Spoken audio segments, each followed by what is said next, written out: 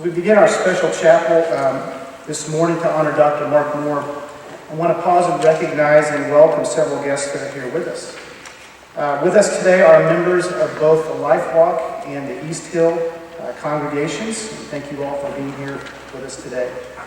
Also, we are grateful to have several executive members of the York Area Chamber of Commerce on campus with us today. Welcome, ladies and gentlemen, to campus. And finally, we want to recognize some family members of Dr. Mark Moore. With us today, we have Mark's wife, Leaf, is here, and Mark's brother, Gary Moore, is with us as well today. Thank you so much for being with us. For weeks now, we've been aware of Dr. Moore's very serious health struggles, and we've all been in constant prayer for his recovery and his healing. However, it now appears that the outlook for his recovery is very poor, and if you're like me, the news of that was very saddening. We felt it would be a very good opportunity for us today to spend time as a campus community to honor Dr. Moore, not to eulogize him, to make this some kind of a memorial service full of grieving. There'll probably be a time and a place for that. Rather, we wanted a chance to celebrate him as a beloved colleague, a professor, a mentor, a brother in Christ, a community member, a father, a husband, and a friend. Abraham Lincoln, when asked what kind of monument he would like to have built in his honor one day, thought for a minute, and then he responded, "I pray that any edifice of stone and mortar bearing my name would be built on the righteous foundations of just deeds and steadfast convictions. Those are the only qualities one could possess worthy of enduring national honor." We want to dedicate the next few minutes of our day to honor and celebrate Dr. Mark Moore, a man of just deeds and steadfast convictions. We have some things we want to say about him, things about him that he has accomplished professionally and personally that most of you probably do not know. We have some special music to share, 2 hymns that we have been told are among his very favorites. We have a lot of really great pictures that Leaf has shared with us today. And we have a special announcement, that one that we know that will honor Dr. Moore and his legacy for many years to come. So again, thank you all for being with us today. Good morning. I've been given the job of trying to condense 40 years of a person's work life and travels into just a few minutes. I'm going to do the best I can because Dr. Moore did an awful lot. So again, if you're a business student here, you probably know about some of his exploits and some of the things he's done. There's a story I'll share with you at the end that I'm sure that a business student knows. But so I wanted to share some of the history with you because for a lot of you in the York community and people from the community that are here, students that don't take business classes, you really don't know the man, don't know what he's done. Pretty remarkable life story. So Mark went to Harding University, and really the first thing in his bio that I ever found that he lists as a professional job was when he traveled out of the country for his first teaching job. He graduated from Harding with a degree in speech therapy in December of 1975. There is this interesting gap of about 3 years, but I know that during that time, I know he got married, so maybe he was spending all this time on something a lot more important. So he went to Zambia, to I believe a town called Colombo as part of the Zambia missions, which still operate today, and taught as a high school teacher for 5 years. And I think one of his children was born there during that time. And I think he taught, various subjects. He was just a secondary school teacher as part of a mission operation, and I know that he loved it. He talks about it a lot. But in 1984, at the end of 84, he came back to the United States, and that would start the next 2 decades of his life. now, instead of teaching, he went into a more conventional business type career. And he went to work, and I'm glad I talked to Gary when you first came in. I think at first in Dallas, he went to work for a medical marketing firm, which recruited physicians and nurses and other medical technology specialists for hospitals, clinics, multi-physician practices that needed those types of people. It's a retained search type job. It really is a sales and marketing type job, which I think was kind of informed a lot of his career that was going to come after that. The name of the company was Jackson and Coker. Eventually, he opened a regional office for the company in Phoenix, Arizona, and rose to the position of regional vice president of sales and marketing. And I'm quite sure he did a good job. I'm sure the business students know that he is probably quite a salesman. So, but after 10 years there, he wanted to return to Harding. And he went back to Harding to work in the planned giving department there, which would be part of advancement, if you're familiar with advancement here, and eventually rising up to the position of director of planned giving at Harding. He spent another decade there. So the next 20 years in the United States, two really significant positions that he spent his time in. Also, while he was at Harding, he completed an MBA degree and started teaching a couple of courses for Harding online in the graduate program, and I think he also did a little bit in the undergraduate program also. And I think that was also the time at the end of that, because his first wife passed, I believe in late 2004, that he decided to, I knew he traveled for a while because I know he told me that he did, overseas, but anyway, he came to the decision that he wanted to teach again. And once again, he left the country to teach. So he went to China, and I'm not quite sure how he got hooked up at that job, to Wuhan, China, to the Wuhan University of Science and Technology, where he spent 3 years teaching, I believe, Western civilization and Western civilization, British civilization, American civilization, and oral English and grammar. So this is a picture that, it may not be from Africa, it may really be from China, but we really weren't sure, just to remember this time. I wrote it down as the indeterminate city on my slide. This is actually a picture that Leif, his wife, painted of him, which I thought is really representative of that next 20 years, that Mark Moore, the marketing guy, the sales guy. And if you know him, you've seen that smile on his face many times. So I thought it's a great, well, it's a picture of a painting, that, but I think it's wonderful. So he went back to Harding. That looks suspiciously like our arch, doesn't it? I don't know who copied who. This is Mark teaching in China. I told you he went back to China. He spent 3 years there. That's where he met his wife, Leif. They came back to the United States. But when he came back, this is what's really important. He had a short break, but when he came back, I think this is the part to really remember, is that he came back and in early 2009 began a full-time study of his doctorate. And finished his classes. I think he finished his coursework sometime in 2011. He still had his dissertation to do. And then once again, Mark, wanting to teach full-time, had to leave the country. So he moved to a place called York, in a country called Nebraska, which is where he's been with us ever since the fall of 2011. I came 1 year later. His doctoral dissertation, by the way, and I don't know how he managed to do this without doing math, it's called Revaluing the Chinese Renminbi Effects on the U.S. Economy. So I think I'm going to have to get a copy of that and read it. But the last thing I'd like to talk to you about, so what could be better in Nebraska than a winter picture of a snowman to honor his return to York? They were changing. But there's one last job, which was really his first job, that I want to talk to you about. And that is, and any business student knows this, that has taken any of his classes, Mike Moore, the Bible salesman.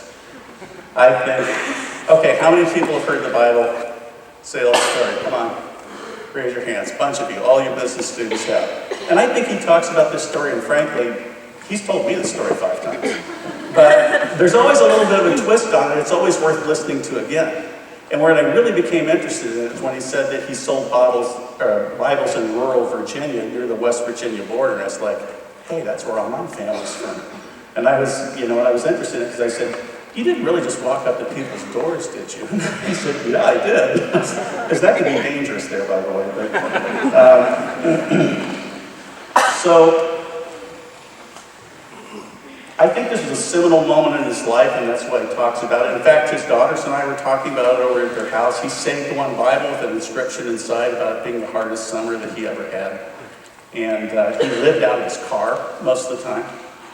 Selling Bibles, family Bibles out of the trunk, and there's a lot of great stories out of that. But I just thought that this picture, since Leaf had it anyway, was just a pretty awesome picture. It's just Mike Moore. He did this. I went back, didn't I? So he did this one summer. I'd just like to leave you with. So anyway, what I'd like to say, is that basically, if that guy came to my door and tried to sell me a Bible, he probably would have convinced me to buy it. So, incredible man, all the travels and everything that he's done, good friend.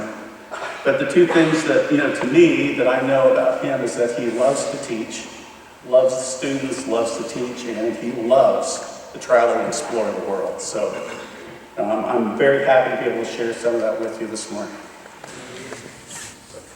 Jesus, Rose of Sharon, bloom within my heart. Beauties of thy truth and holiness impart, that where'er I go, my life may shed abroad fragrance of the knowledge of the love of God. Jesus, Rose of Sharon, sweeter far to see than the fairest flowers of earth could ever be. Fill my life completely, adding more each day of thy grace divine and purity, I pray. Jesus, blessed Jesus, Rose of Sharon, bloom in radiance and in love within my heart. Jesus, Rose of Sharon, balm for every ill, may thy tender mercies healing power distill for afflicted souls of weary burden men, giving needy mortals health and hope again. Jesus, blessed Jesus, Rose of Sharon,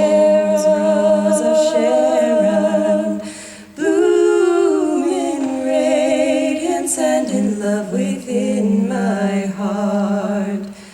Jesus, Rose of Sharon, bloom forevermore.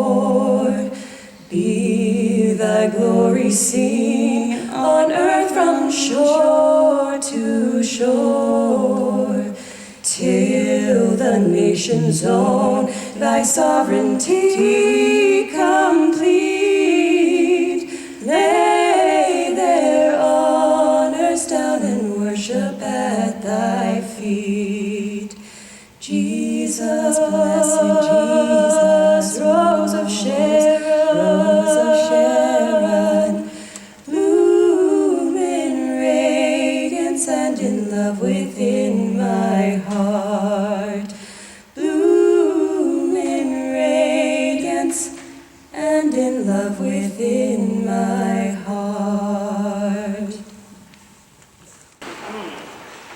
entrepreneurial spirit is a mindset. It's an attitude and approach to thinking that actively seeks out change, rather than waiting to adapt to change. It's a mindset that embraces critical questioning, innovation, service, and continuous improvement. It is a gift that inspires others to become the best they can be, from passion and positivity to leadership and ambition. Those who have it do not fear risk in the face of greater reward. Dr. Moore has lived his life that way.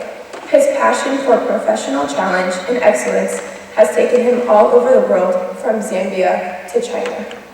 He is not afraid to take chances and encourages his students to adopt that same philosophy in business and life.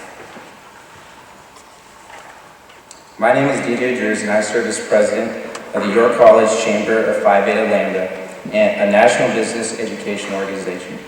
And this is my vice president, Brittany Eckerberg. On behalf of PBL, and in partnership with the York Area Chamber of Commerce, I am proud to announce the establishment of the D. Mark Moore Entrepreneurial Spirit Award. This award will be presented annually to a York area business person from among member charity businesses that has demonstrated one or more core characteristics of entrepreneurial spirit: innovation, courage, commitment, and service. This award will seek to honor women and men. This award will seek to honor women and men of this community that lead with vision, service the needs of the community, provide unique and innovative products and services, and are committed to making York County a vibrant place of business enterprise.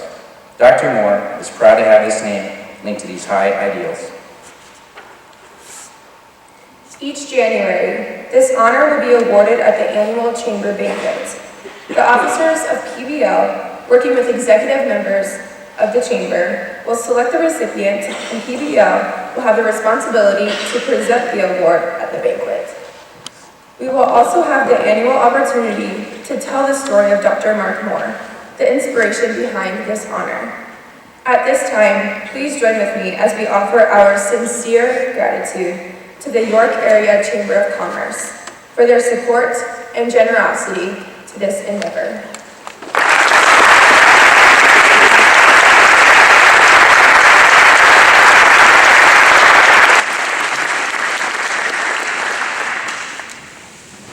Please stand and join me. Amazing grace, how sweet the sound that saved a wretch like me. I once was lost, but now I'm found. Was blind, but now I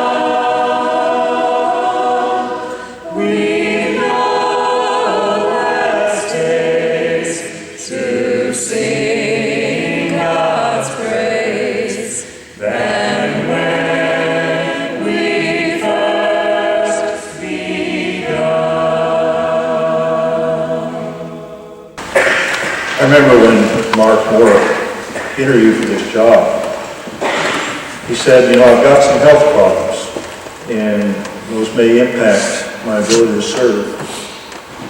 But the comment he made along with that was, but no matter what, I want to dedicate my life to serving young people and serving my Lord.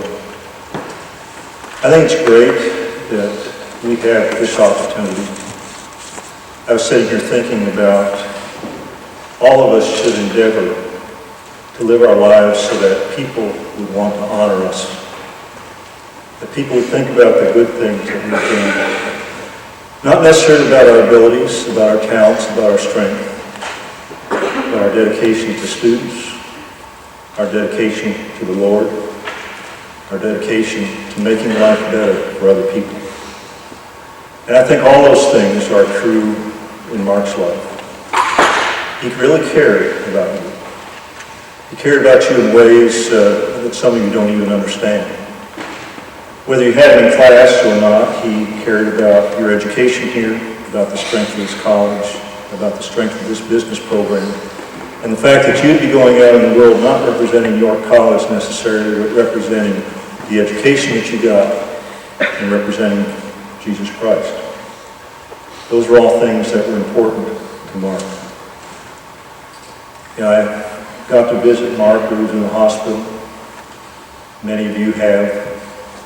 Many of you expressed concern over his health, over his family, over Ching Ching and Leaf. And I know all those things are important to Mark. All those things are important to the family. It's an important part of York College that we are a family and that we care about each other. And sometimes we can't always make decisions that will change things. But we can show our love and our compassion and our concern.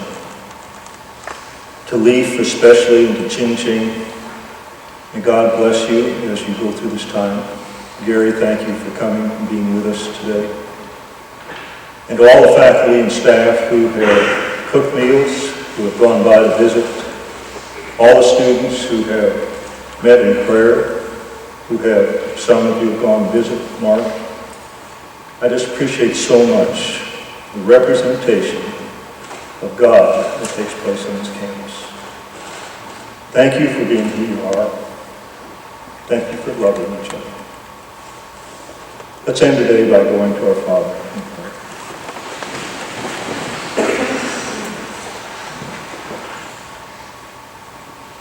God, at times like this, we sometimes are without words. We don't know how to express your thoughts. And so we ask that you listen to our hearts. We come before you today in honor of Mike, who has been a person that we could look to on this campus as one who dedicated his life to serving you. Thank you for sending us examples like this. Thank you for sending us people who care about us, who care about our futures, who care about our presents. At this time, we especially ask a special blessing on the Moore family. We know that this is going to be a time of struggle for them. And we thank you so much for the children, for Leaf and Ching Ching. And we ask that you would bring a certain peace to their lives as they deal with this time in Mark's life. That you give them strength, but more importantly, that you give us the courage and the strength to reach out and support them and to bless their lives through these days. Thank you so much for all the students who have wondered about this situation, who have struggled through classes where the teacher was not in evidence, and all those who have stepped up in the meantime to fill those roles and to make sure that life goes on here as Mark wants it to.